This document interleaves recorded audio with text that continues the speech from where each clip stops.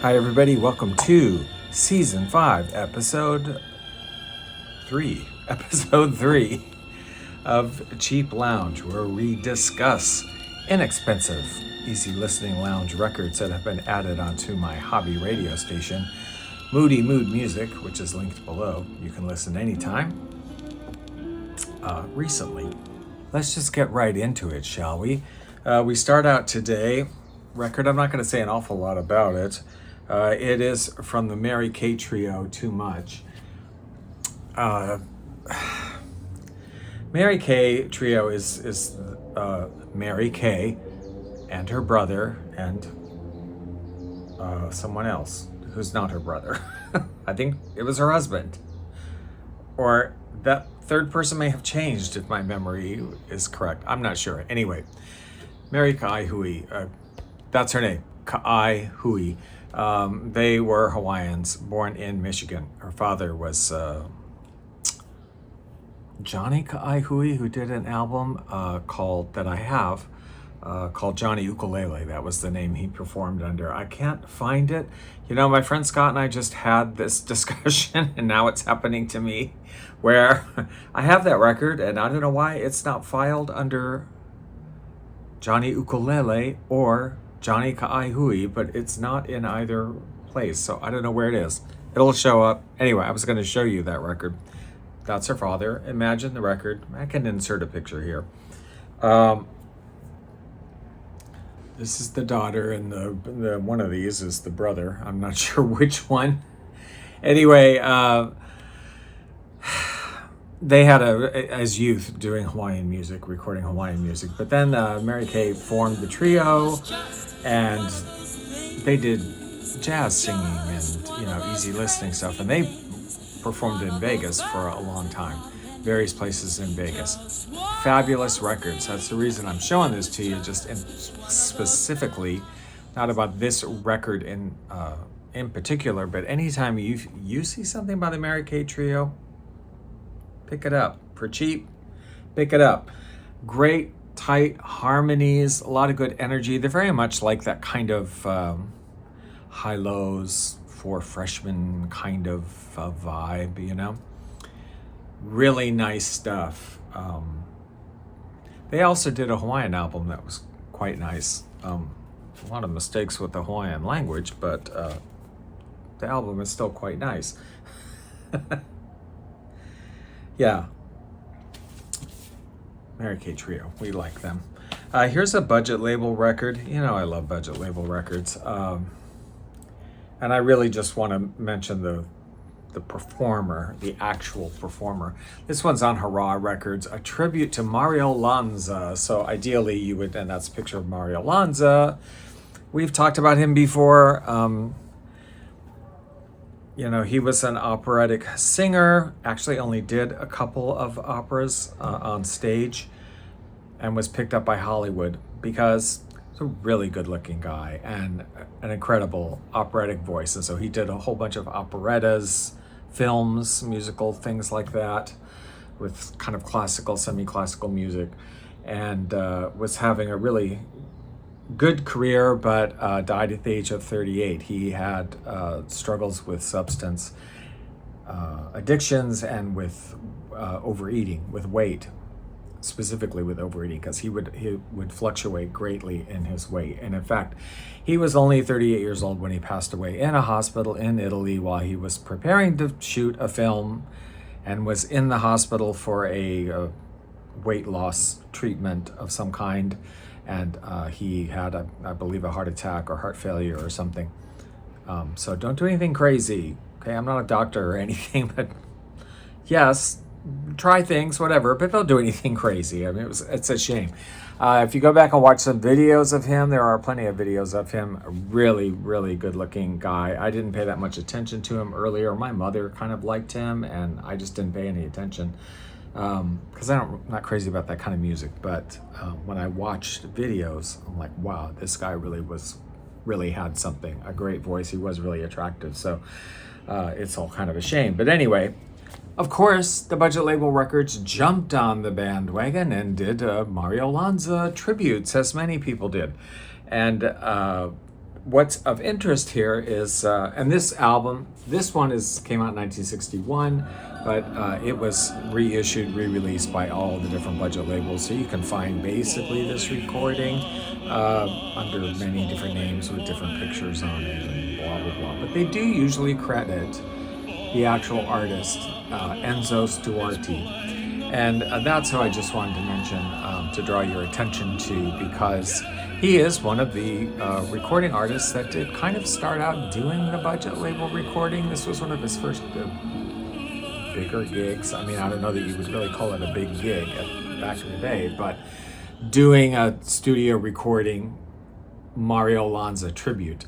Because he was doing a little bit of Broadway work before this in the early 50s, but he was in some flops. Like, he didn't really have great success, and also part of the problem was he kept changing his name. His actual name is Lorenzo Scapone, but he went into doing Broadway and whatnot with English names, different English names, and he changed it a few times during this thing of being on Broadway, which probably was not very good. Wasn't until 1954 when I guess Ed Sullivan, knew his talent, recognized what he had, and said, dude, pick an Italian name and stick with it. That's kind of your shtick. You need to do that. And he did. Did this recording, and this one actually later on sort of did catapult him, if you will, to better success on his own. And then he did recordings for Columbia, some of the other regular major labels, as well as some additional recordings for some of the budget labels. So he did end up having a pretty decent career. I remember him, you might remember him, as I was a child in the 70s, doing commercials for Ragu spaghetti sauce. That was kind of his gig for a while. I remember him. He had that catchphrase, that's a nice, that's a nice. And Enzo Stuarti. His voice apparently did not, I'm no opera singer, apparently his voice didn't really compare to Mario Lanza necessarily very favorably. I read one review where they said they considered his voice to be the cocktail and dancing version of Mario Lanza, meaning sort of like, what's his name from American Idol saying, you could be a cabaret singer. Sing on a cruise ship or something like that, meaning you're good. You're just not quite that good. Enzo Stuarti did depend on electronic amplification a good bit, whereas Mario Lanza really did not. Okay, but I like it, and I just, I wanted to give a little plug to that there. Cleo Laine, we've talked about Cleo Laine. I love Cleo Laine, British lady.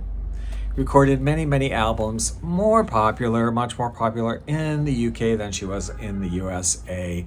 I remember, maybe you remember, I think a lot of her record sales in the United States were from sort of mail order record companies that would do, Cleo Laine sings the most wonderful hits you've ever heard in your life or whatever, and easy listening stuff geared toward the easy listening market. And you would mail off and order your record. I think they did a lot of that with her in the United States, because I don't think she was like a hit person who had like charted hits in the United States. But this record, I do love her. Some of her stuff is kind of eclectic. This is more on the eclectic side. Shakespeare and all that jazz. These are all sung by Cleo Laine, featuring the music of John Dankworth, who was her husband.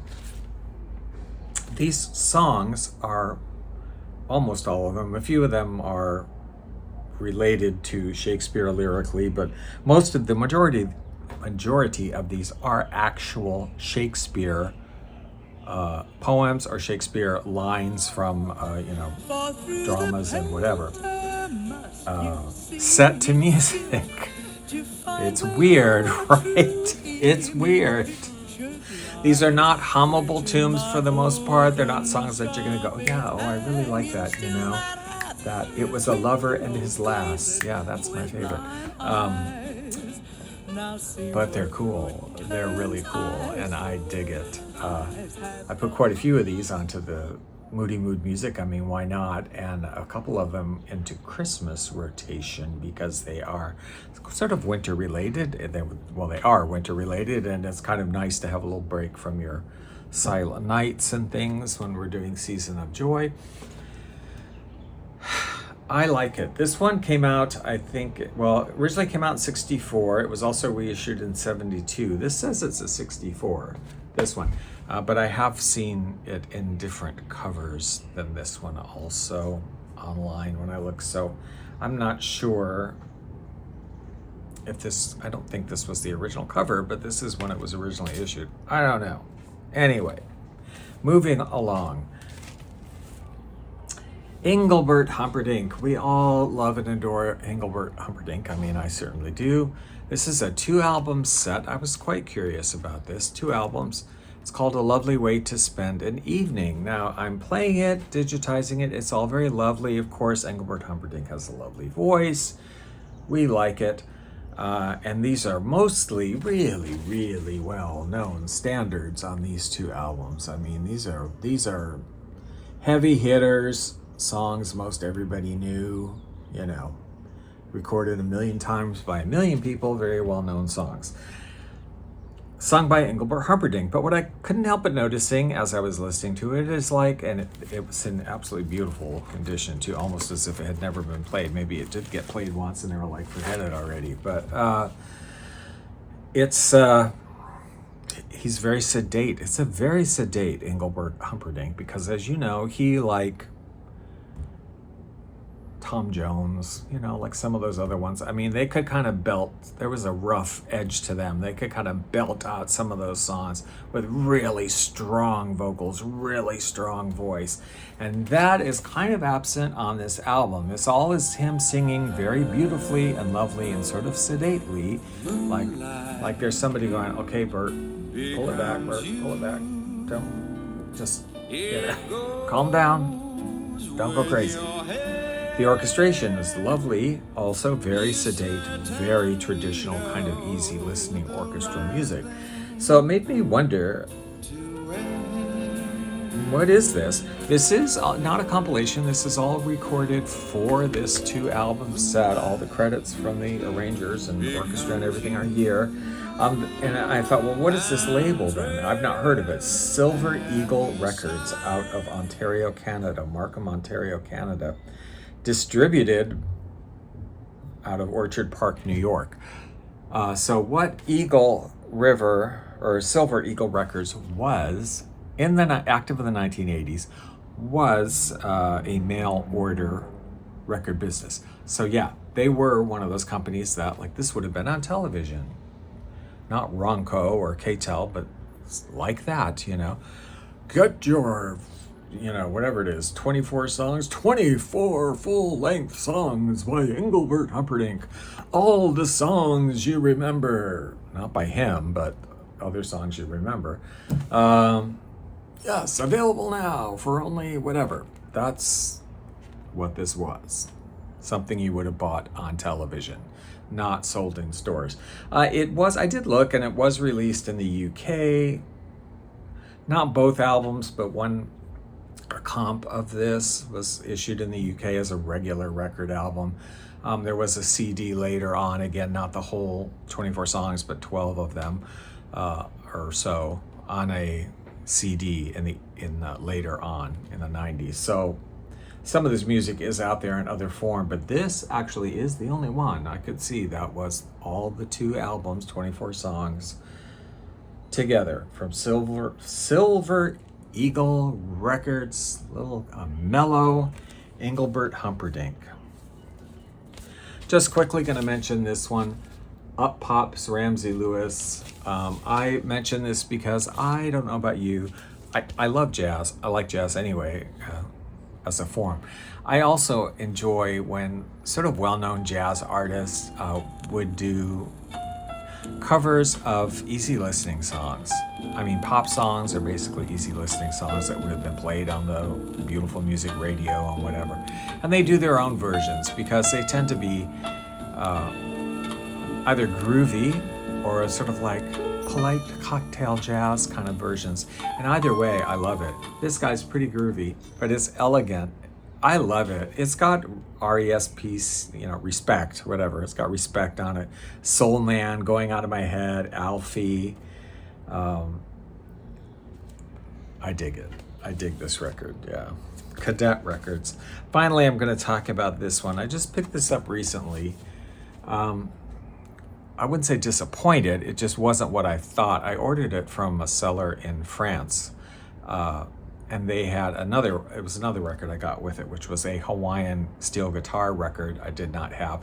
And they had this also, and I thought, well, let me get this because it is the Webb Hawaiian Guitar Orchestra. So even though it wasn't specifically Hawaiian songs, I figured, okay, dream guitars.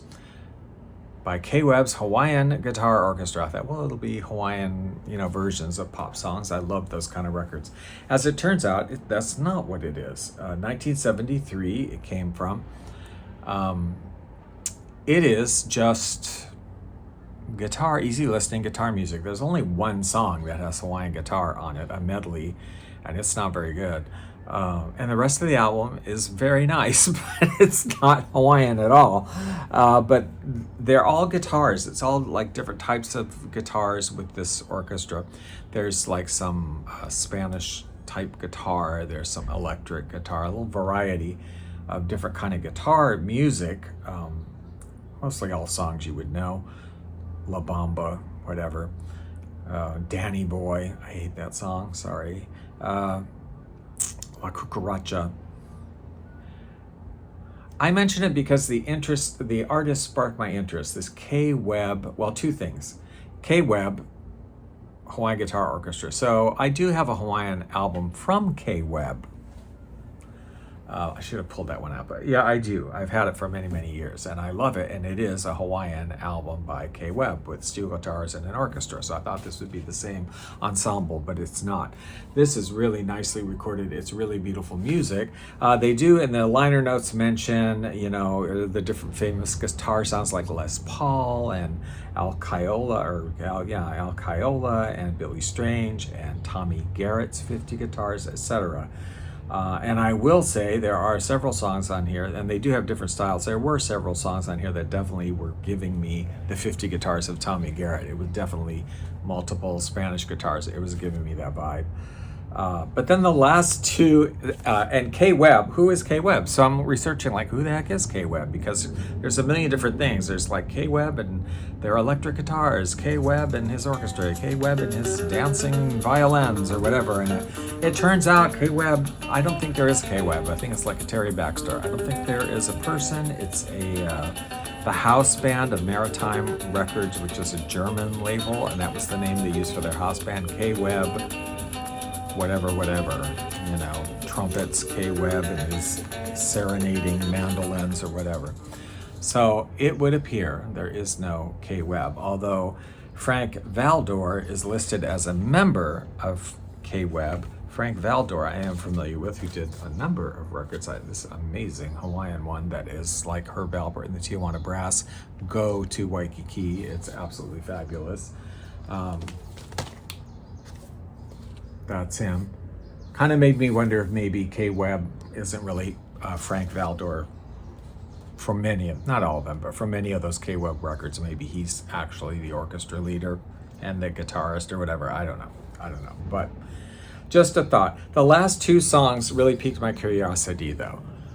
Guitarra Virginia and Donna Michaela, because this song, I was like, I know this song, I recognize it, what is it? And I had to kind of look it up. It's Carry Me Back to Old Virginia, right? And the other one, Donna Michaela, I immediately recognized, oh, that's Michael Row Your Boat Ashore, Michael Row Your Boat Ashore, hallelujah. Like, why are they giving them those titles? So I looked this up myself to discover that around this time period, 1973, there was a well-known European easy listening guitarist, Bert Helsing, not Van Helsing, Bert Helsing, who had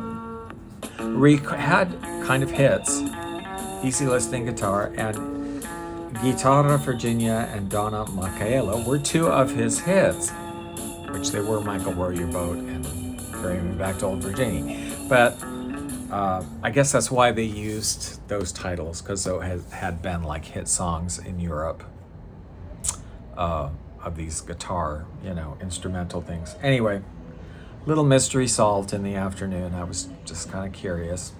Another thing I didn't know until I was researching this video, did you know, you probably all know this, and I'm the only person on earth that didn't, but Carry Me Back to Old Virginia was a slave song. I didn't realize that. I just thought it was like an old, Southern song, which I guess some would be, right? But I just didn't recognize it. But then when I listened to a few recordings of the earlier versions of it, and there is stuff in there about, how I worked on Massa's plantation and blah, blah, blah. And now I just want to go back to Old Virginia where I was born or whatever. I thought, I just never realized that. Little historical information. And if you're looking for Carry Me Back to Old Virginia, you might want to look for Guitarra Virginia, which it is apparently known in Europe. I wouldn't know. All right. Yours till the stars have no glory.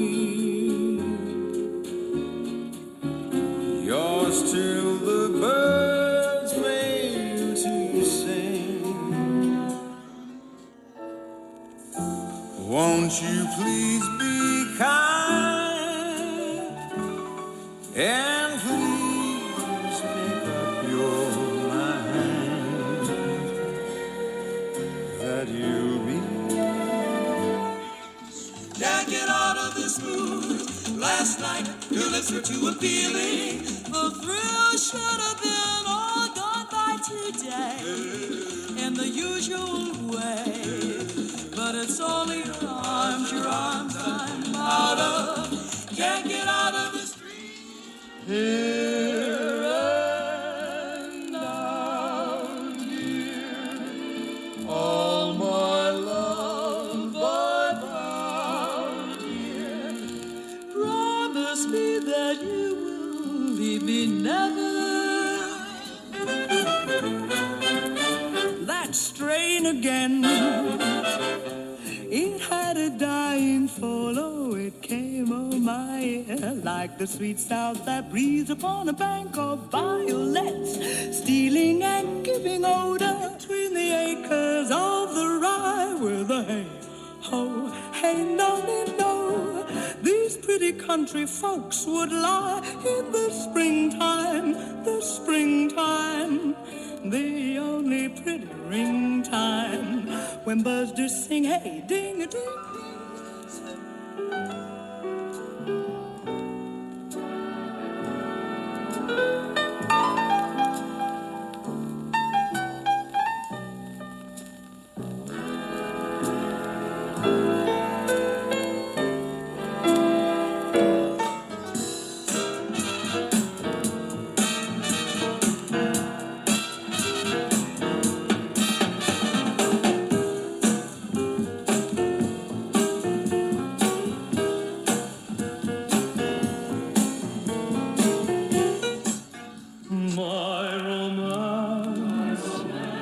doesn't need a castle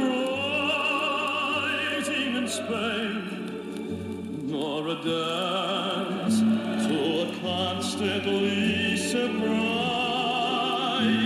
refrain. Speak low when you speak loud. Our summer day went his way to soon, speak low.